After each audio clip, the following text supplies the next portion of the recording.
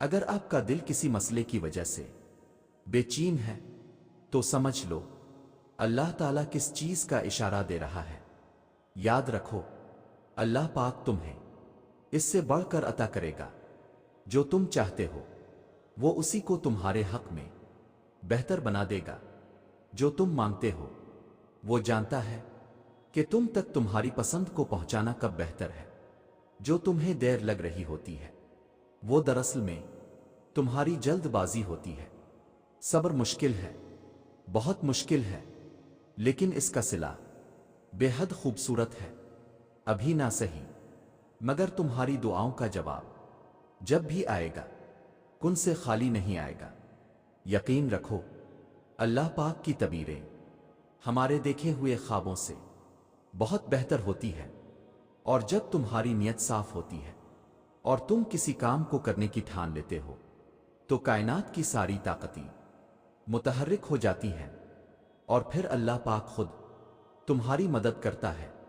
پھر یہ مت دیکھو کہ تمہارے بس میں کیا ہے، بلکہ یہ دیکھو کہ جس سے مانگ رہے ہو اس کے بس میں کیا نہیں ہے۔ جس نے یہ زخم دیا ہے وہی اس پہ مرہم بھی لگائے گا، اور اللہ پاک سے مدد مانگ کر کبھی بھی کوئی بے یارو مددگار نہیں رہا۔ جانتے ہو جن کا ملنا دعاؤں سے بھی ممکن نہیں ہوتا، اللہ پاک ان کے لیے تہجد کو وسیلہ بنا دیتا ہے۔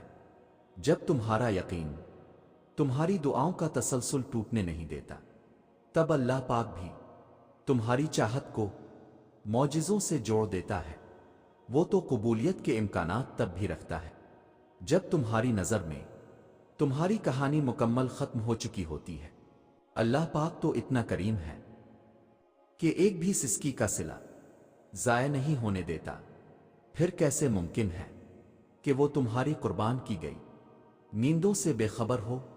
وہ نیند چھین لے تو اسے سزا مت سمجھو، ہزاروں میں سے اس نے تمہیں چنا ہے کیونکہ تم اسے سب سے زیادہ محبوب ہو، اور جو اسے محبوب ہو جائے وہ اس کی دعاؤں کو بھی محبوب کر لیتا ہے، اور جس سے اسے اتنی محبت ہو اس کے منہ سے نکلی ہوئی کوئی بھی بات وہ کیسے رد کر سکتا ہے؟ تمہاری روتی آنکھیں دیکھ کر اللہ کوئی نہ کوئی راستہ ضرور نکال دے گا۔ جو دعا ابھی تک قبول نہیں ہوئی ہے اس کا مطلب یہ تو نہیں کہ وہ کبھی قبول نہیں کی جائے گی۔ جس پکار کا جواب ابھی تک نہیں دیا گیا ہے مایوس نہ ہو جانا کہ اس پکار کو کبھی نہیں سنا جائے گا۔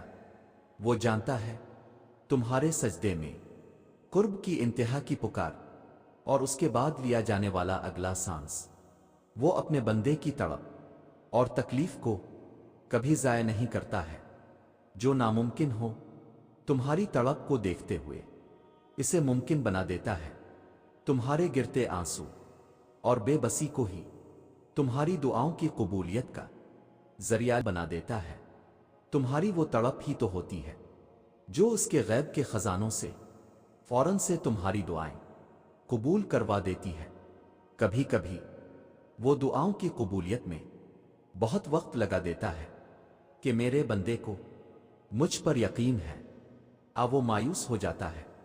وہ تو اتنا رحمان ہے کہ جب مانگنے والا اس سے مانگتا ہے تو اسے شرم آتی ہے اس کی جھولی خالی بھیجتے ہوئے، تو جو زخمی دل اور آنسوؤں سی بھیگی آنکھیں اس کے در پر لے کر جائے وہ اس جھولی کو بھلا کیسے نظر انداز کر سکتا ہے؟ وہ اپنے بندے کی تڑپ اور تکلیف کبھی ضائع نہیں کرتا۔ میرا اللہ پاک اتنا پیارا کرنے والا اور مہربان ہے۔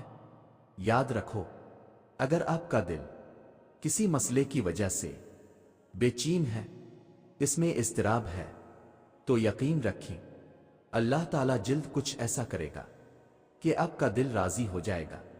آنکھیں بند کریں، دل میں اپنی تمام محرومیوں اور قدرتی آزمائشوں کو لائیں اور اللہ تعالیٰ سے کہیں کہ اے اللہ، میں آپ سے اور آپ کے دیے گئے امتحانوں سے راضی ہوں۔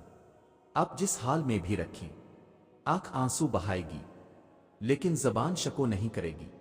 اللہ میں راضی ہوں، آپ بھی مجھ سے راضی ہو جائیں۔ اگر آپ نہیں راضی تب بھی یہ کہہ کے دیکھیں